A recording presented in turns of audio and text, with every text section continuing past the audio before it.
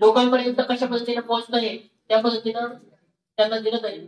याच्यामध्ये सर्वात विशेष मार्गदर्शक म्हणून आपल्याला आज जे भेटलेले आहेत त्यांचं नाव बघा, सहाय्यक मोटर वाहन निरीक्षक अभिजित रिडेसर, हे आरटीओ ऑफिस जालना या ठिकाणी कार्यरत असून तुम्हाला ते विशेष मार्गदर्शन करणार आहे. जेवण करायचंय? बर बर बर. पण सकाळची वेळ आहे, अर्ली मॉर्निंग, बऱ्यापैकी आता सर्वजण जागे झाले असतील, कारण काही काही जणांना उशिरा उठण्याची सवय असते.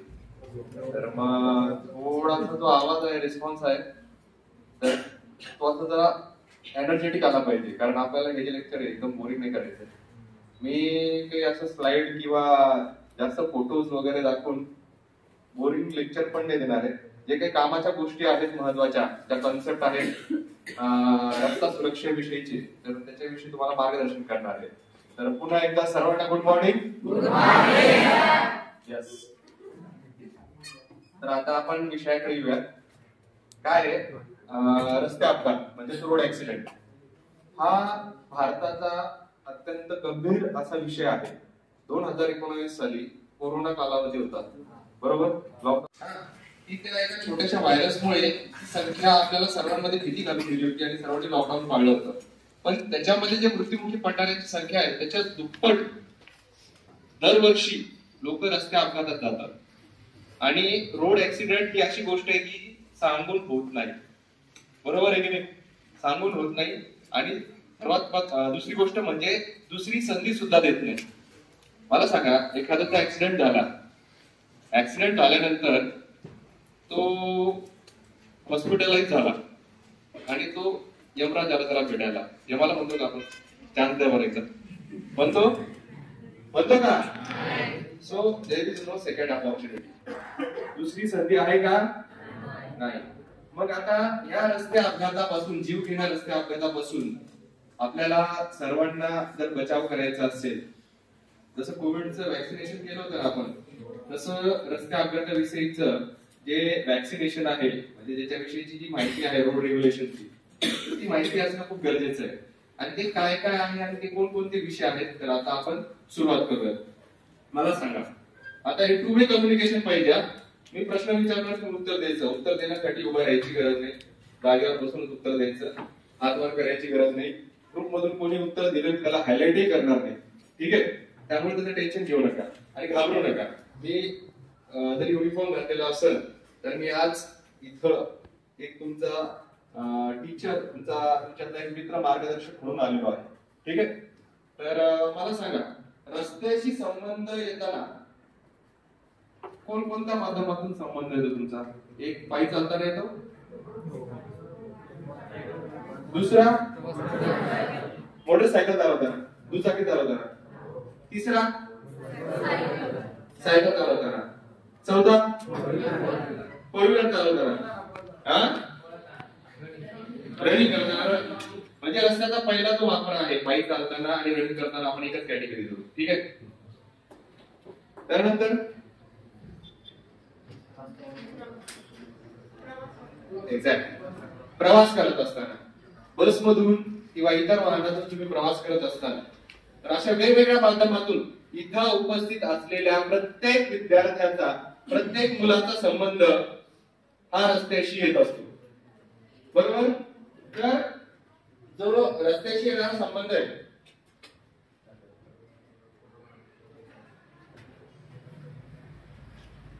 तर तो रस्त्याशी येणारा संबंध आहे तुमचा, तर त्याच्यामध्ये सर्वात पहिले आहे पायी चालताना किंवा रनिंग करत असताना. सर्वात आधी तुम्ही जी पोलीस भरतीची तयारी करत असाल, तर पोलीस भरतीचीच आहे ना?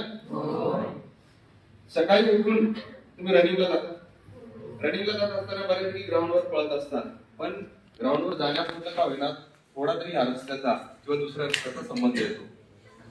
तर रस्त्यावरून पायी चालत असताना रस्त्याच्या कोणत्या बाजूने चालावं? कोणत्या? डाव्या? डाव्या?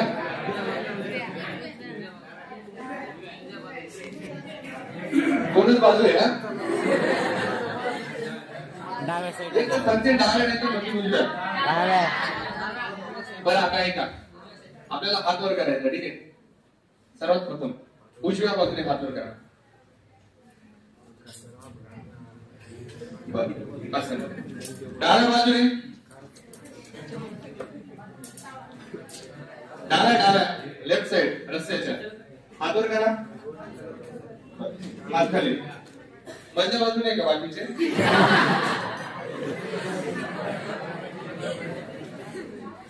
हे बघा मित्रांनो काय असतं जिथे फुटपाथ आहे फुटपाथ माहिती सर्वांना ब्लॉक तयार केलेले आहे रस्त्याला सेपरेट पायी चालण्यासाठी रॉडर दिलेले तिथे फुटपाथ वरूनच चालायचं तिथे उजवं डावं बघायचं नाही पण ज्या रस्त्याला फुटपाथ नाहीये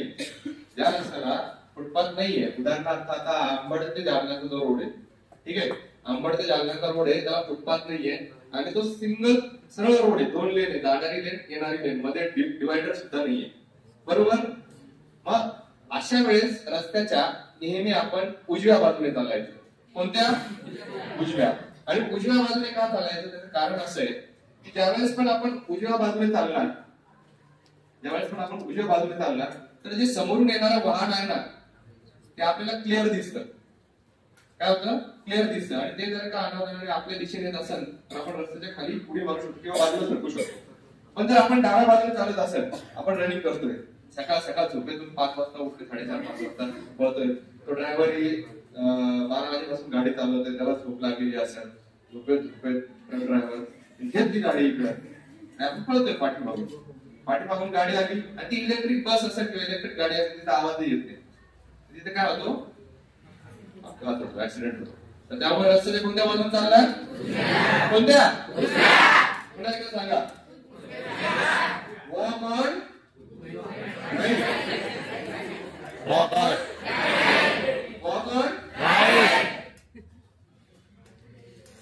लक्षात ठेवा सकाळी पळताना सुद्धा या पळताना तर डाव्या बाजूने पळू नका 2 व्हीलर असू 4 व्हीलर असू आपल्याला 0% चान्स घ्यायचा ऍक्सिडेंट होऊ द्यायचा नाही कळालं सर्वांना पायी चालताना कुठून चालणार रस्ता क्रॉस करत असताना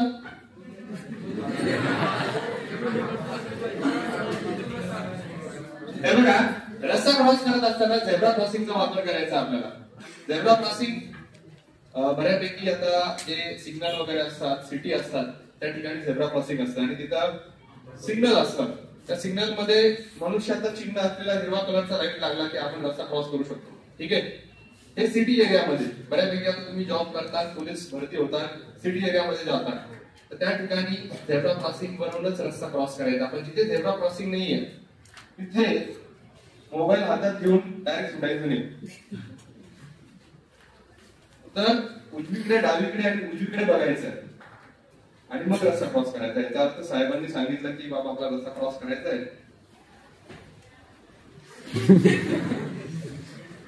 उजवीकडे डावीकडे बघून याची खात्री करायची की कोणतंही वाहन तुमच्या दिशेने येत नाहीये किंवा जर 4 व्हीलर असेल 4 व्हीलरचा वेग कळत नाही आपल्याला एलएमवी गाडी असते ना कारचा वेग 100-120 जरी असेल तर लवकर कळत नाही तर ती गाडी जरी आपल्याला लांब दिसत असली आपण रस्ता क्रॉस करेपर्यंत ती तुमच्या जवळ येऊन उभी राहू शकते आणि तिथे अपघात होऊ शकतो तर कळालं आणि कळालं का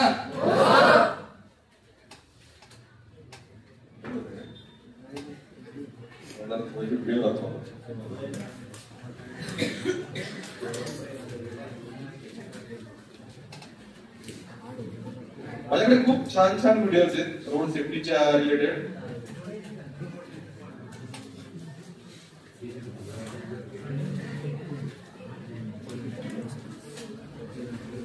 काय असतं माहिती का मित्रांनो रस्त्याचा जो वापर करतो आपण तर त्यामध्ये पायी चालताना हा मुख्यत्वे सर्वच घरातले सर्वच मेंबर जे 18 वर्ष पण त्यांचं वय नाही जे छोटे आहेत त्या सर्वांपासून मोठ्यांपर्यंत सर्वजण पायी चालत असतात तर त्यामुळे पायी चालत असताना सर्वांना आता कोणत्या बाजूने चालायचं सांगणार कोणत्या आणि तर आता जे विषय आहे विषयात जाण्यापेक्षा मी आता व्हिडिओ प्ले करतो आणि कोणकोणत्या प्रकारचे अपघात कशा प्रकारे होतात ज्या छोट्या छोट्या चुकीमुळे ज्या आपल्याला चुकी माहिती असतात पण त्याच्यामुळे जीव घेणं अपघात होतो तो व्हिडिओ बघूया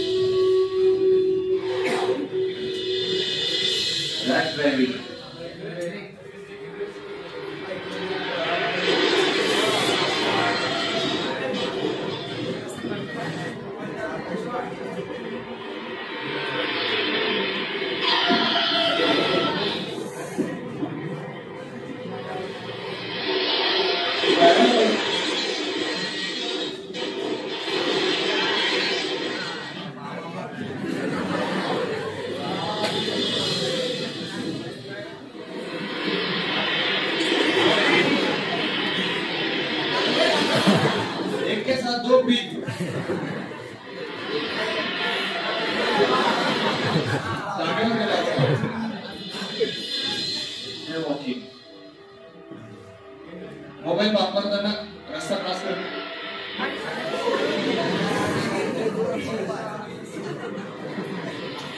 आपल्याला बघायला मजा येते, तिथे जर आपण असतो तर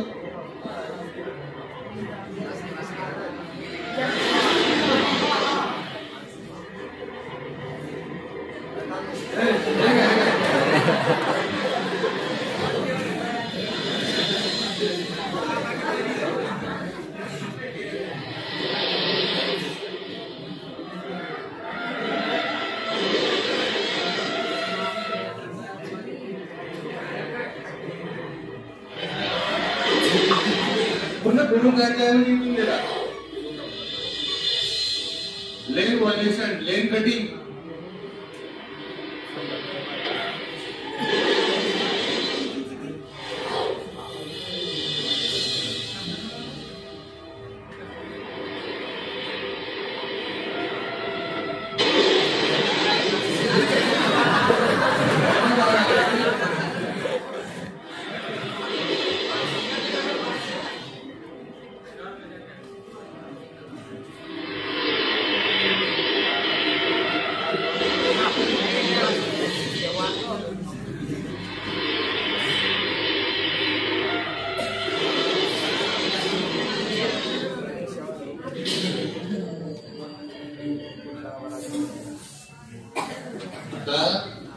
व्हिडिओ बघताना मजा आली आपल्याला, पण त्यात लोकांचे जीव जात होते.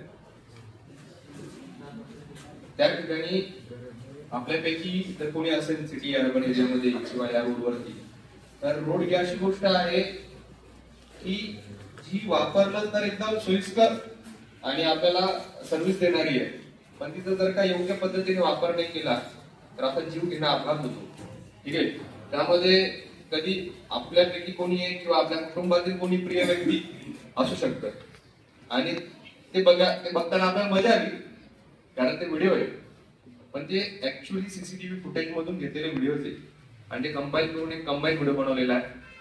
का बरं की ह्या अशा छोट्या चुका ज्या आपल्याला माहिती असतात, आता ते जे आहेत रस्ता क्रॉस करताना वगैरे त्यांना माहिती नसेल का की आपण जर का मोबाईल मध्ये बघून रस्ता क्रॉस करतो तर आपला ऍक्सिडेंट होणार नाही वगैरे, सर्वांना माहिती असतं, सर्व नियम सर्वांना माहिती असतात, पण काय आहे ते मन ऐकत नाही. हे तर जवळ जायचंय, दूध बॅग आणायची, हे घराच्या जवळ आहे, हेल्मेट कशाला लागतं, ते रस्ता क्रॉस करून 5 मिनिटात जातो.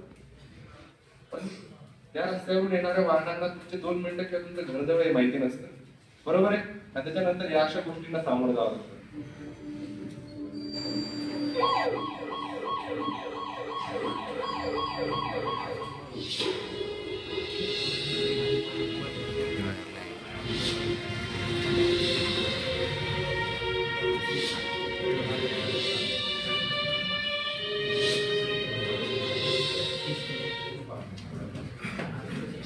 तर हे जे आहेत हे पायी चालतानाचे आपण नियम पाहिले. ठीक आहे. पायी चालताना नेहमी उजव्या बाजूने चाललं पाहिजे, फुटपाथ असेल फुटपाथवरून चाललं पाहिजे.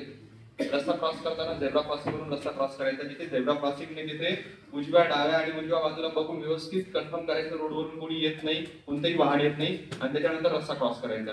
ठीक आहे. नंतर गोष्ट राहिली सायकलची. आता तुम्ही बऱ्यापैकी मोठे झालेले आहात त्यामुळे तुम्ही सायकल चालवणार नाही, पण इनकेस जर चालवत असाल किंवा तुमच्यापैकी घरातले छोटे तुमचे भाऊ बहीण सायकल चालवत असाल तर सर्वात पहिले काम करायचं त्याला योग्य उंचीची सायकल द्यायची. नाहीतर ती एवढी मोठी सायकल पोरगा एवढं टाकताय पाय.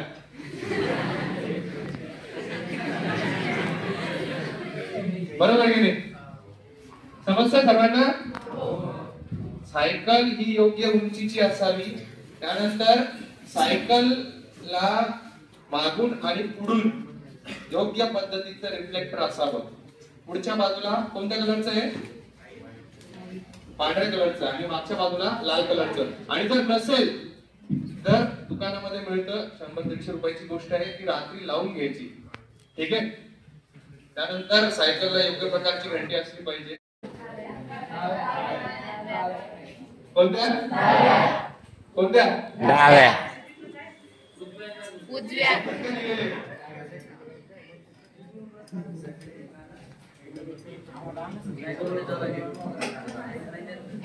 पायी चालणारा कुठल्या चालला पाहिजे? उजव्या. आपण राईट. मग सायकल चालवताना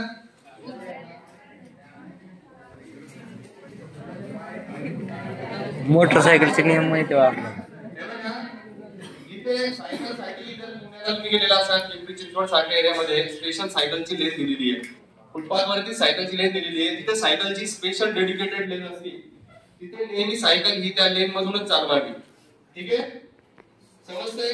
आणि जिथे डेडिकेटेड लेन नाही तिथे डाव्या बाजूने सायकल चालवली पाहिजे. कळतंय?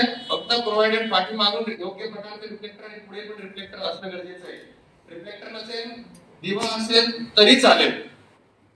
आणि रात्रीच्या वेळेस जर सायकल चालवत असाल तर ते आता नवीन पद्धतीचे हेल्मेट आलेले आहेत, जे रिफ्लेक्टिव्ह जॅकेटही असतात आणि हेल्मेटही असतात. तुम्ही सायकल स्वार बघितले असतात जे सायकलिंग करतात प्रोफेशनल, तर त्यांच्याकडे ते असतात योग्य प्रकारचे ऍक्सेसरीज, ज्याच्यामुळे सायकलवरती चालताना अपघात होणार नाही. जर आपल्याकडे प्रमाण बघितलं तर सायकल वरती चालणाऱ्यांचं अपघाताचं प्रमाण बऱ्यापैकी कमी आहे, पण पायी चालणारे आणि टू व्हीलर वाल्यांचा अपघात जास्त होतो. ठीक आहे, सायकलवरचा नियम कळाला. पण नंतर आता दुचाकीवरती म्हणजेच टू व्हीलर वरती. आता ज्यावेळेस पण टू व्हीलर वरती आपण चालणार, टू व्हीलर वरती चालत असताना सर्वात पहिली गोष्ट काय करायची आहे की डोक्यामध्ये काय घालणार? काय घालणार? हेल्मेट घालणार. आता एक उदाहरण देतो तुम्हाला. उदाहरण म्हणजे प्रश्न विचारतो, राजा सोपा प्रश्न आहे. तुम्ही एक बॉल किंवा नारळ हातात नारळ खाल्ला जसं फेकलं, हा जास्त जोरात नाही, या सरफेसवर फेकलंय प्लॅटफॉर्म वरती, तर ते काय होईल? पडेल आणि रिटर्न थोडस जंप मारेल.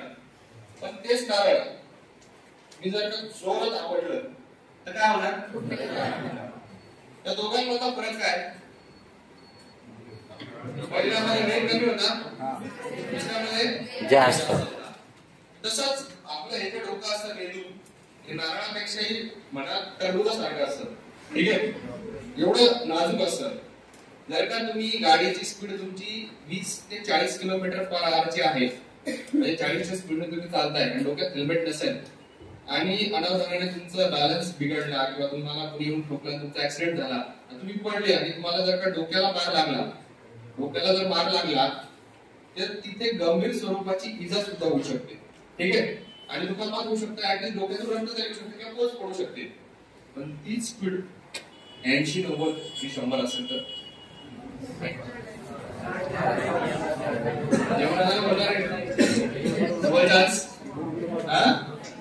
तर लक्षात ठेवा, ऍक्सिडेंट पुन्हा एकदा सांगतो, ऍक्सिडेंट ही अशी गोष्ट आहे की जी टाळता येते. जी काय होते? टाळता येते. आणि ती टाळण्यासाठी काही प्रिकॉशन्स घ्यावा लागतात, वॅक्सिनेशन घ्यावा लागतात कोविड सारखं. आणि ते वॅक्सिनेशन म्हणजे नेहमी दुचाकीवरती बसताना काय घालायचं? हेल्मेट घालायचं. जर हेल्मेट नसेल तर काय होणार आहे? डोक्याला गंभीर स्वरूपाची दुखापत होणार आहे. आणि जेवढे पण ऍक्सिडेंट बघतो, आता प्रत्येक जो रस्त्यावरती ऍक्सिडेंट होतो तुम्हाला माहिती नसेल तर ज्याच्यामध्ये फॅटल इंजुरीज होतात. फॅटल म्हणजे काय? फॅटल म्हणजे जीव घेणं, म्हणजे ज्याच्यामध्ये जीव जातो माणसाचा. असे जे ऍक्सिडेंट होतात त्या प्रत्येकाचा रिपोर्टिंग करण्याचं काम आरटीओचं असतं. म्हणजे पोलीस पहिले जातात आणि त्याच्यानंतर त्या गाड्यांचं किंवा वार्डांचं जे रिपोर्टिंग असतं ते काम आम्हाला करावं लागतं. आणि त्याच्यामध्ये आम्हाला त्याचं कारण घ्यावं लागतं. जर ते दुचाकीचे जे अपघात आहे हे 80% डोक्याला मार लागल्यामुळे झालेले ऍक्सिडेंट आहे. कशामुळे झाले? डोक्याला मार लागल्यामुळे. नाही तर बरेच जण आता तुम्ही बघत असाल कंपनीत जातात, कंपनीमध्ये कंपनीच्या आत गेट मध्ये गेल्यावरती हेल्मेट कंपल्सरी असतं. म्हणून ते काय करतात, ते दुचाकीच्या त्या साईड मिररला हेल्मेट अडकवतात आणि जातात. डब्बा एका साईडला आणि हेल्मेट एका साईडला. ते जर का डोक्यात घातलं तर होणाऱ्या ऍक्सिडेंट पासून काय वाचू शकतो? तुमचा वाचू शकतो का नाही?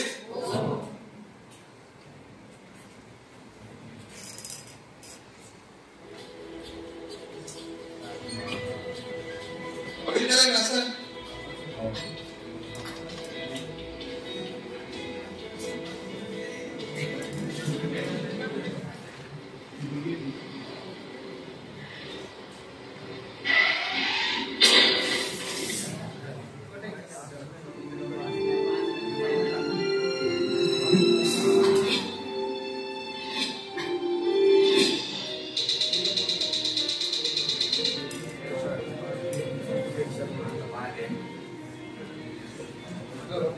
हे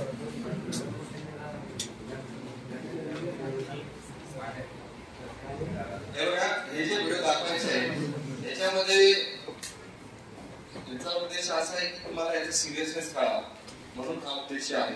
ठीक आहे. याचा उद्देश असा नाही की अशा प्रकारचा तुमचा ऍक्सिडेंट व्हावा. लक्षात येते? हे असे ऍक्सिडेंट होऊ नये म्हणून काय प्रिकॉशन्स घेतले पाहिजे, काय काळजी घेतली पाहिजे हे सांगणं तुम्हाला गरजेचं आहे. तर त्यामुळे मी तुम्हाला व्हिडिओ दाखवतोय. सर्वांना समजलं? गाडीवरचं कळालं, हेल्मेट सर्वात महत्वाचं. त्यानंतर दुसरी गोष्ट, गाडी हातात घेण्यासाठी किंवा गाडी चालवण्यासाठी जे लायसन्स काढावं लागतं तर त्याचं योग्य वय काय? 18.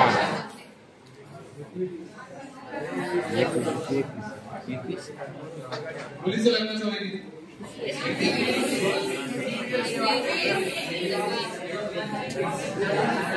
मुलांचं किती?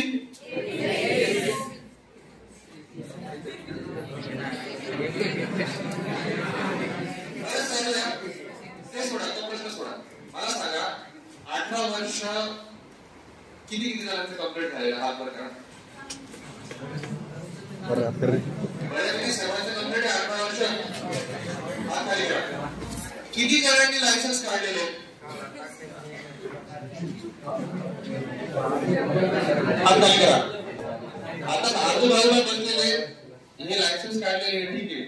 आता आजूबाजूला बसलेल्यांनी मला सांगायचंय यांच्यापैकी किती जण गाडी चालवतात बिना लायसन्स?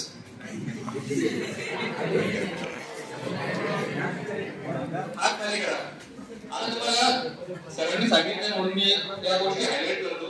शक्यतो त्या मी करत नाही किंवा कोणालाही दर देत नाही. तुम्हाला सांगितलं की तुमचा मित्र म्हणून आलेलो आहे. पण आता काय होऊ शकतं तर ती गोष्ट सांगतो तुम्हाला. सर्वात पहिली गोष्ट, तुमचं वय 18 वर्ष आहे, तुमच्याकडे योग्य लायसन्स आहे, तुमच्याकडून ऍक्सिडेंट झाला, अपघात झाला, तुमच्याकडे तुमच्या गाडीचा इन्शुरन्स आहे आणि ऍक्सिडेंट मध्ये समोरचा जो व्यक्ती आहे तो मोठ्या घरचा हस्ती असेल किंवा जरी नॉर्मल घरचा असेल आणि त्याच्यामध्ये त्याचा मृत्यू झाला तर त्याच्यामध्ये केस होती, तुमच्यावरती केस होती आणि ती केस कोर्टात जाते. कोर्टात गेल्यानंतर त्या समोरच्याला त्याची नुकसान भरपाई द्यावं लागतं. जर तुमच्या घरच्याकडे आणि तुमच्याकडे तेवढा पैसा असेल की त्याची नुकसान भरपाई म्हणजे त्याचं राहिलेल्या वयापासून तो किती कमवू शकतो तर ती कोट्यावधीमध्ये असते. तर तेवढं तुमच्याकडे पैसे नसेल तर सरकार काय करतं, तुमची प्रॉपर्टी मालमत्ता जप्त करते किंवा मग तुम्हाला वेगळा दंड लावतो आणि तुम्हाला कोर्ट कचेरी करत बसावं लागतं. पण त्यात जर तुम्ही इन्शुरन्स काढलेला असेल तर इन्शुरन्स असताना आणि तुमच्याकडे योग्य लायसन्स असताना जर ऍक्सिडेंट झाला तर इन्शुरन्स कंपनी काय करते, जे पैसे आहेत त्या ऍक्सिडेंटची ती त्या माणसाला द्यायचे जे पैसे आहेत तर ते इन्शुरन्स कंपनी तुमच्या वतीने भरते. लक्षात आलं? म्हणजे जे कोट्यावधी रुपये आहेत तर ते कोण भरणार? Insurance company. पण कधी? योग्य लायसन्स असताना. कळालं? पण तुमच्याकडे जर का लायसन्स नसेल तर इन्शुरन्स कंपनी तिथेच क्लेम रिजेक्ट मारते. कारण त्यांना काय असतं, क्लेम रिजेक्ट करण्याचं कारण पाहिजे असतं. त्यांना थोडी पैसे द्यायचे, बरोबर आहे ना? जर तुम्ही त्यांच्या फ्रेममध्ये जर बसले नाही, तुमच्याकडे लायसन्स नसेल आणि तुम्ही लायसन्स नसताना हेल्मेट नसेल घातलेलं, काही गोष्टी केलेल्या नसेल तर इन्शुरन्स कंपनी तुमचा कोणत्याही प्रकारचा इन्शुरन्स क्लेम देत नाही. फोर व्हीलर मध्ये असताना जर का तुम्ही त्या गाडीचा इन्शुरन्स नसेल आणि तुमच्याकडे फोर व्हीलर चालवण्याची योग्य अनुज्ञापत्री म्हणजे लायसन्स नसेल तर तुम्हाला इन्शुरन्स क्लेम होत नाही आणि नुकसान भरपाई भेटत नाही. तुमचं अख्खा आयुष्य उद्ध्वस्त होऊन जातं, कुटुंबाचं सुद्धा आयुष्य उद्ध्वस्त होऊन जातं. लक्षात येते? त्यामुळे लायसन्स सर्वात महत्वाचं आहे. त्यानंतर दुसरी गोष्ट, बिना लायसन्स जर का रस्त्यावरून गाडी चालवत असाल, गाडी जर तुमच्या स्वतःच्या मालकीची असेल, गाडी तुमच्या नावावर रजिस्टर असेल आणि तुम्ही ती गाडी चालवताना तुमच्याकडे लायसन्स नाही तर तुम्हाला 5,000 रुपये दंड. गाडी पप्पाच्या मम्मीच्या नावावरती किंवा तुम्ही सोडून जर कोणाच्या नावावरती असेल तर 10,000 रुपये दंड. किती? 10,000 रुपये दंड आहे. त्यानंतर ज्याचं वय 18 कंप्लीट नाही आणि तो गाडी चालवतोय आणि असा व्यक्ती जर का गाडी चालवताना आढळला, ऍक्सिडेंटची गोष्ट नाही करत, आढळला आणि तो आमच्या कोणत्याही ऑफिसरने पकडला तर सर्वात पहिले ती गाडी जप्त होते. त्यानंतर त्यांच्या आई वडिलांवरती किंवा त्या गाडीच्या ज्या मालकावरती ज्यांनी ती गाडी चालवायला दिली त्याच्यावरती प्लस त्याच्या आई वडिलांवरती तो 10,000 रुपयाचा दंड लागतो किंवा 3 महिन्याची जेल आई वडिलांना. आणि वरतून त्या मुलाचं ब्लॅक लिस्टिंग होतं, त्याचं वय 21-22 वर्ष होईपर्यंत त्याला लायसन्स काढता येत नाही. समजतंय? एवढा सिरियस गुन्हा, एवढा सिरियस कायदा आपल्या सरकारने केलेला आहे. हा कायदा करण्याचं कारणच हे की हे जो रोड ऍक्सिडेंट आहे ते कमी होण्यासाठी. समजतंय सर्वांना? समजतंय? तर त्यामुळे सर्वांनी योग्य पद्धतीचं लायसन्स काढायचं, आधी लायसन्स काढायचं आणि हेल्मेट टू व्हीलरवर बसल्यावरती घालायचं म्हणजे घालायचंच. नाहीतर पुण्यासारखी जर का घटना झाली तर नुकसान भरपाई देता आखी फॅमिलीच्या 7 पिढ्या चालू झाली. कळतंय? समजलं का सर्वांना? अरे कळतंय की नाही? त्यानंतर 2 आणखी गोष्टी, 3 ओ आहेत.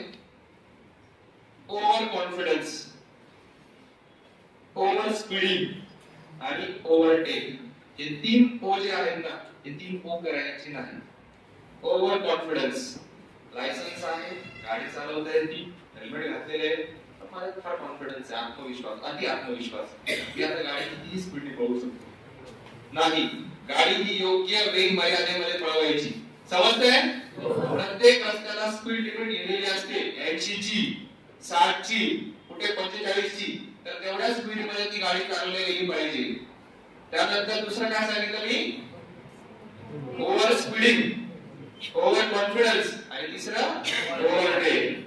आता ओव्हरटेकची गोष्ट आहे. ओव्हरटेक करत असताना जर का वळणावरती आपण ओव्हरटेक करतोय, वळण कळतं सर्वांना? टर्न आहे, टर्न वर तुम्ही ओव्हरटेक करायला जाताय आणि समोरून गाडी आली अचानक, तर ती दिसते का तुम्हाला? नाही. चढावरती ओव्हरटेक करायला जाताय, समोरून येणारा वाहन दिसतं का? दिसतं का? दिसतं नाही. तर त्यामुळे चढावरती, अंतर्वळणावरती ओव्हरटेक करणं टाळायचं आहे. समजतंय सर्वांना? आणि हो की नाही? ओव्हरटेक, समोर ट्रक आहे, तुमच्याकडे टू व्हीलर आहे, तुम्हाला त्या गाडीला ओव्हरटेक करायचं आहे, रस्ता क्लिअर आहे. ओव्हरटेक कोणत्या बाजूने करणार? उजव्या का डाव्या?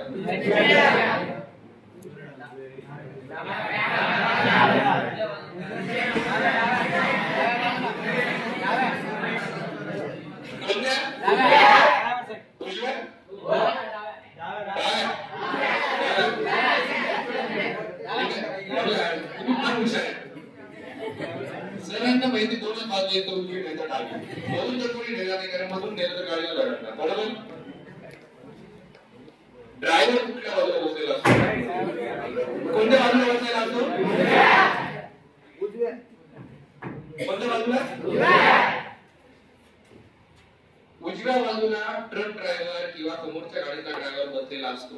जेव्हा तुम्ही ओव्हरटेक करायला जाता त्याला इझिली तुम्ही कोणत्या बाजूने दिसणार? कोणत्या? उजव्या. डाव्या बाजूने दिसणार आहे का?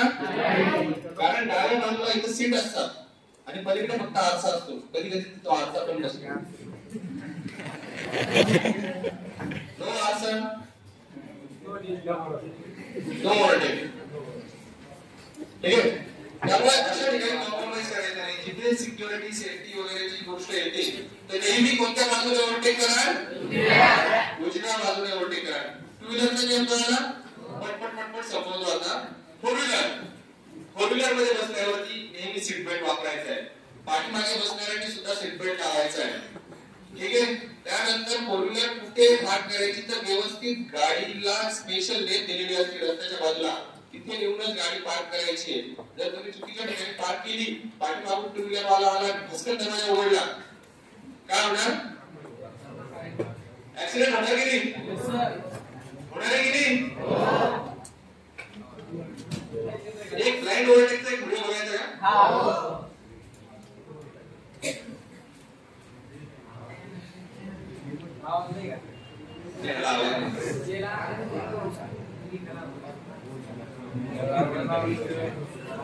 काय केलंय? ओव्हरटेक करण्याचा प्रयत्न केला, लेन कटिंग प्लस ओव्हरटेक. ठीक आहे?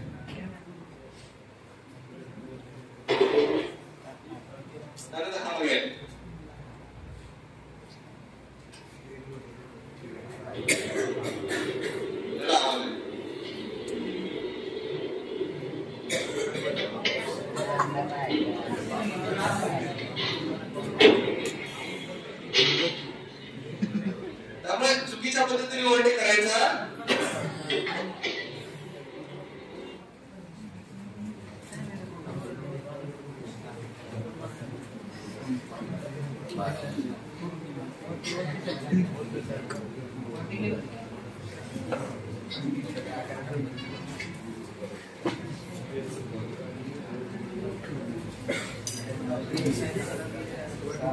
सीट बेल्ट नाही मागलाय.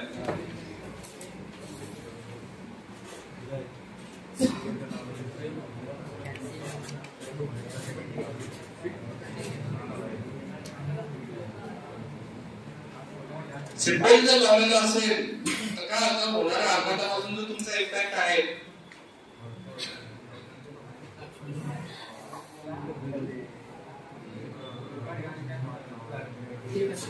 एअरबॅग ओपन झाली, सीट बेल्ट मुळे माणूस जागेवरती येईल. जर सीट बेल्ट नसता लावलेला तर हा त्या काचेला फोडून समोरच्या ट्रकमध्ये जाऊन बसला असता. मजा करतोय, ट्रक खाली आला असता.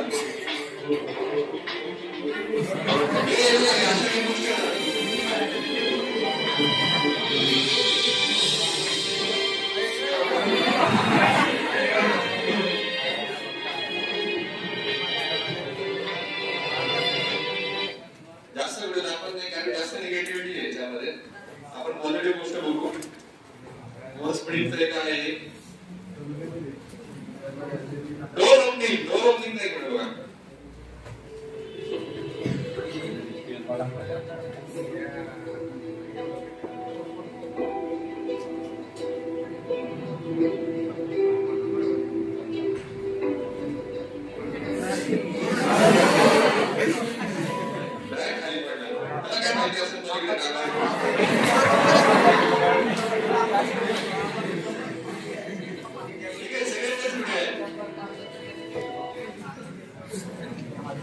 तुम्हाला विषय कळला का?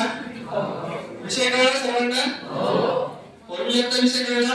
त्यानंतर बस मध्ये बसत असताना बस सर्वात महत्त्वाचा पास करायचा आहे. भरपूर जण काय करतात, ही बस थांबलेली असताना त्याच्या समोरून जातात आणि रस्ता क्रॉस करतात.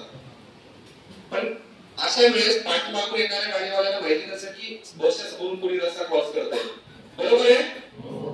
तर त्यामुळे नेहमी बसच्या मागे जायचं. बसच्या मागे जायचं, पाठीमागून कोणतं वाहन येत नाही हे कन्फर्म करायचं आणि मगच रस्ता क्रॉस करायचा आहे. लक्षात येईल? तुमच्या घरामध्ये कोणी लहान मुलं असतील, तुमचे लहान बहीण भाऊ असतील तर त्यांना या गोष्टीचं इन्स्ट्रक्शन द्यायचंय. कळलं? सर्वांना कळतंय का? ठीक आहे. आता काही थोडे छोटे व्हिडिओज पाहू आपण शॉर्ट मध्ये.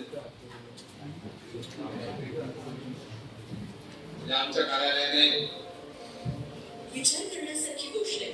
गाडी चालवताना हेल्मेट का घालावे? आपल्या मेंदूमध्ये 1.6 न्यूरॉन्स आहेत ज्यांना संरक्षणाची गरज असते. म्हणूनच कंपनीने हेल्मेट लोखंडासारखे बनवले आहे.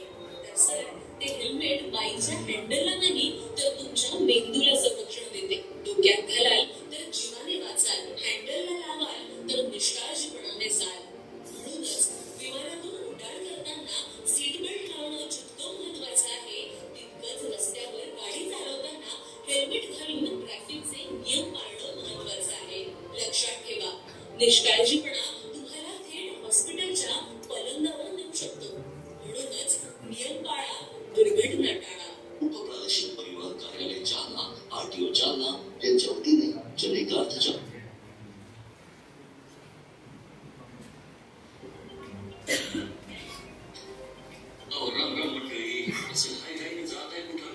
येताना बी काही, जाताना बी काही. अशी काही आधी संकटात बरं का भाऊ. कसं आहे नसते की बाबू, इंजिन आहे ते, माणूस काय किती बी काळजी घ्या, एक दिवस पुन्हा काढताच. म्हणून गाडी जरा सावकाश चालवा की. शहर असू द्या की खेडगाव, धोका कुठेही असू ना. चांगला रस्ता मी धोका देतो आणि गावाकडला मी तेच करतो. म्हणून सांगतोय काळजी घ्या. तो तुमचा काळा सीटबेल्ट आहे ना, तो असा आकसून बांधून घ्या. कारण आपल्या आरटीओ दिलेला सुरक्षेचा खाला आहे तो. म्हणूनच म्हटलंय, लावा सीटबेल्ट लावा, आरटीओचे नियम पाळा आणि भविष्यातील धोका टाळा. उपप्रादेशिक परिवहन कार्यालय जालना, आरटीओ जालना यांच्या वतीने जनेकार्थच्या पटपट एक गोष्ट राहिली सांगायची. सिग्नलचे लाईट 3 प्रकारचे असतात. एक असतो थांबण्यासाठी, कोणता असतो? गाडी पुढे नेण्यासाठी कोणता असतो? माझा कोणता कलर असतो? पिवळा.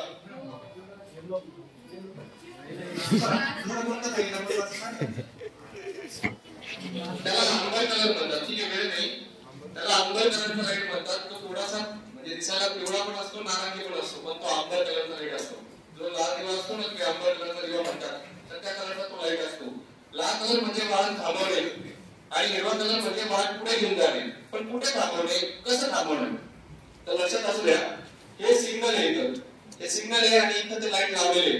या सिग्नलच्या लाईनीमध्ये एक पांढरा पट्टा असतो किंवा पिवळ्या कलरचा पट्टा असतो, एक आडवा पट्टा, ठीक आहे, आणि त्याच्या पुढे झेब्रा क्रॉसिंग असतं. त्याच्या पुढे काय असतं, झेब्रा क्रॉसिंग. जेव्हा लाल लाईट लागतो तेव्हा पांढऱ्या पट्ट्याच्या आतमध्ये जेवढे पण वाहन आहेत त्यांनी त्या पांढऱ्या पट्ट्याच्या आतच थांबणं अपेक्षित असतं.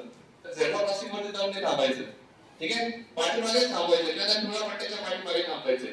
म्हणजे त्या झेब्रा क्रॉसिंग वरून रस्ता क्रॉस करणारे पादचारी किंवा जे पेडेस्ट्रियन आहे ते काय करतील, रस्ता क्रॉस करतील.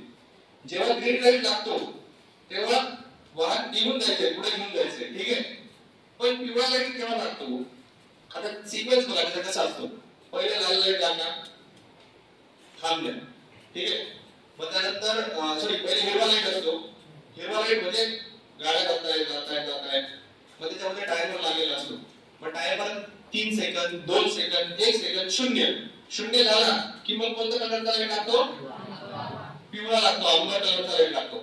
आता आंबर कलरच्या लाईटचा अर्थ असा आहे की जर तुमचं वाहनाचं जे चाक आहे ते जर का या पांढऱ्या पट्ट्याला क्रॉस केलेलं असेल किंवा तुमचं वाहन या पांढऱ्या पट्ट्याच्या पुढे झेब्रा क्रॉसिंग वर असेल तर तुम्ही निघून जायचंय. कोणी निघून जायचंय, ज्यांचं टायर समोर आहे किंवा ज्यांनी पांढरा पट्टा क्रॉस करून त्यांचं वाहन पुढे नेलेले त्यांनी निघून जायचे. पण जी वाहने पाठीमागे आहेत ती जोरात गाडी पळत नाही आणायची. त्यांनी काय करायचंय, त्यांनी येऊन या पांढऱ्या पट्ट्यावर येऊन थांबायचे त्या आंबर कलरच्या 3 सेकंदाच्या त्या फ्लॅश लाईट मध्ये. समजलं? आणि त्याच्यानंतर लाल लाईट लागतो, मग तर सर्व मागे थांबतातच. पांढरा पट्टा त्यानंतर कळलं तुम्हाला, क्लिअर आहे का? त्यानंतर तुम्ही रात्रीच्या वेळेस बघितलं असेल, प्रवास करत असताना पेट्रोल पंपवर किंवा जिथे युटर्न मारायचं असेल किंवा जिथे असेल तर रात्रीच्या वेळेस रस्त्यावरती कुठे अंबर कलरचा लाईट फ्लॅश होत असतो, कंटिन्यू लुकलुकत असतो, आणि कुठे लाल कलरचा लाईट फ्लॅश होत असतो, लुकलुकत असतो. समजलं सर्वांना? आता हा लुकलुकणारा लाल कलरचा दिवा आणि लुकलुकणारा अंबर कलरचा लाईट, त्या दोघांमधला फरक असा आहे, जिथे लुकलुकणारा अंबर कलरचा लाईट आहे तिथे एक तर पेट्रोल पंप असेल किंवा युटर्न घेण्यासाठीची जागा असेल किंवा चौक असेल, तर त्या ठिकाणी तुम्ही काय करायचं, तुमचं वाहन घ्यायचंय. तुमच्या वाहनाची स्पीड जर 70-80 असेल तर ती 20-30 करायची. उजवीकडे डावीकडे बघायचे, कोणतं वाहन येत नाही, कोणी येत नाही, रस्ता क्रॉस करत नाहीये, आणि त्याच्यानंतर गाडी पुढे घेऊन जायची. पण तो जर लुकलुकणारा लाल लाईट असेल म्हणजे थोडासा धोका जास्त आहे तिथे, अशा ठिकाणी वाहन थांबायचंय. उजवीकडे डावीकडे कोणतेही वाहन येत नाही हे बघायचे, येत नसेल तर गाडी पुढे घेऊन जायची. दोघांमधला फरक कळला? वाहन थांबायचं नाहीये, एका ठिकाणी फक्त वाहनाची स्पीड कमी करायची. अरे कन्सेप्ट क्लिअर झाले का? त्यानंतर तिसरा कन्सेप्ट आहे सर्वात महत्त्वाचा, रस्त्यावरती रोड मार्किंग असतात. रोड मार्किंग माहिती आहे? रस्त्यावरती खुणा असतात, ते काही डिझाईन करण्यासाठी नसतात. रस्त्यावरती मध्ये पांढरा पट्टा असतो, पांढरा पट्टा तुटक जो पांढरा पट्टा आहे, समजलं सर्वांना? तुटक पांढरा पट्टा म्हणजे तिथे 2 लेन असतील तर ह्या लेन मध्ये तुम्ही ओव्हरटेक करू शकता, तुटक पांढरा पट्टा. पण जिथे कंटिन्यू पांढरा पट्टा असतो तिथे ओव्हरटेकिंग अलाउड नाही. आणि शक्यतो कंटिन्यू जो पांढरा पट्टा असतो तो वळणावरती किंवा चढावरती असतो किंवा घाट एरियामध्ये असतो, तिथे ओव्हरटेकिंग करणं योग्य नसतं. समजलं सर्वांना? किंवा कंटिन्यू पांढरा पट्टा किंवा कंटिन्यू पिवळा पट्टा. समजलं सर्वांना? रोड मार्किंग कळाली का? कधी काय असतं, इकडूनही पांढरा पट्टा असतो आणि इकडूनही पांढरा पट्टा असतो, 2 पांढरे पट्टे असतात पुण्यासारख्या एरियामध्ये गेले तर. म्हणजे इकडच्या लेन मधल्यांनी लेन क्रॉस नाही करायची आणि इकडच्यांनी लेन कटिंग करायची नाही. समजलं सर्वांना? एक कन्सेप्ट आहे लास्टचा, गोल्डन आवर, तो बघून घ्या.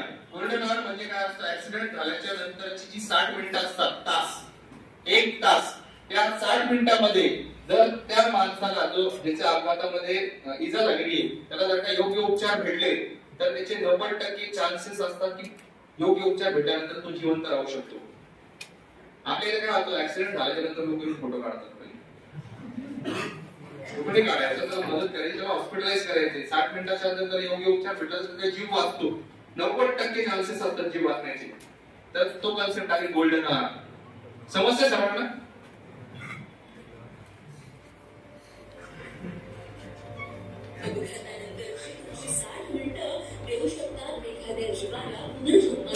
वरदान, कारण प्रत्येक भीषण अपघातानंतर गोल्डन आवर येतो आणि जन्म आणि मृत्यूच्या मध्ये माणुसकी भिंत उभारू शकते. चला आपण होऊयात ती माणुसकीची भिंत.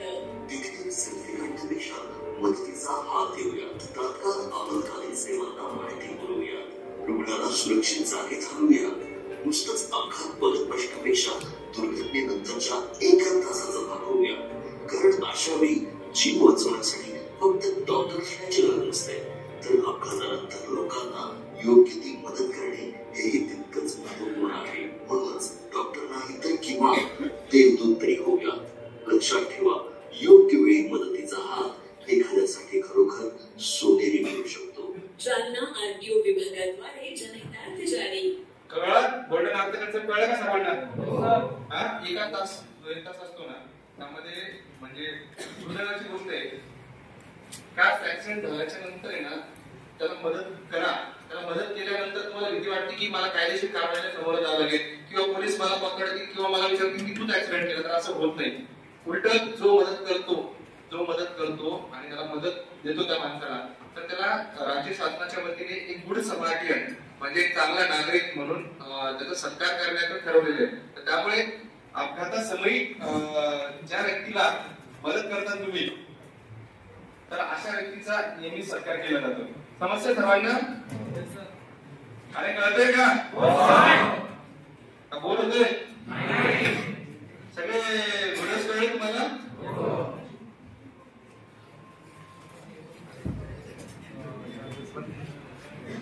त्यानंतरचे काही पोस्टर्स आहेत, एकदा लुकआउट करा, गो थ्रू करा. हे बघा, हे तर ऑब्वियस आहे, डोंट ड्रिंक अँड ड्राइव्ह. ठीक आहे. याचं कायदा तरतूद अशी आहे, जर का तुम्ही दारू पिऊन गाडी चालवताना आढळला, तुमच्याकडे लायसन नसेल तर ते लायसनचे 10,000 रुपये, तुमचं वय कमी असेल तर आई वडिलांना जेल प्लस 10,000 रुपये. ठीक आहे. जर तुमचं वय असेल तर तुमच्याकडे लायसन नसेल तर 10,000 रुपये दंड प्लस. याच्यामध्ये हा जो कायदा आहे ड्रिंक अँड ड्राइव्हचा, याच्यात तुम्हाला तुमचं लायसन सस्पेंड केलं जातं. त्यानंतर तुम्हाला कोर्टात हजर केलं जातं. कोर्टात हजर केल्यानंतर जे ज्युनियर JMFC कोर्ट असतं डिस्ट्रिक्टला, तर त्याच्यानुसार तुम्हाला एक 6 महिन्याची जेल होती प्लस 10,000 रुपये दंड लागतो किंवा दोन्ही होऊ शकतात. ठीक आहे. त्यानंतर 108 नंबरवरती कॉल करायचा ऍम्ब्युलन्स वरती आणि मदत करायची. सीट बेल्ट, ओव्हरटेकचं तुम्हाला समजलं सर्वांना? हो. त्यानंतर हे बघितलं तुम्ही, सीट बेल्टचा वापर करायचा. Don't over speed. समृद्धी महामार्गाचा विषय आहे ना, समृद्धी महामार्गावरती प्रवास करत असताना स्पीड लिमिट आहे 120 किलोमीटर. ठीक आहे. म्हणजे 120च्या आतमध्ये चालायचंय, असं नाही की 120च्या वरती गाडी पळवायची.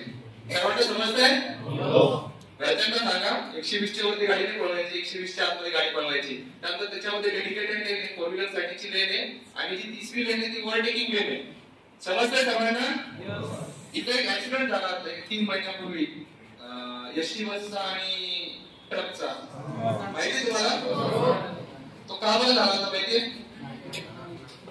त्याच्या पाठीमागचं कारण असं आहे की दोन्ही जो ट्रक ड्रायव्हर होता आणि बस ड्रायव्हर होता. बस ड्रायव्हर आपल्या बरोबर जालन्याच्या दिशेने चालला होता, पण ट्रक ड्रायव्हरने चुकीच्या पद्धतीने 2 व्हीलर वाल्याला ओव्हरटेक करण्याचा प्रयत्न केला आणि याची स्पीड जास्त होती.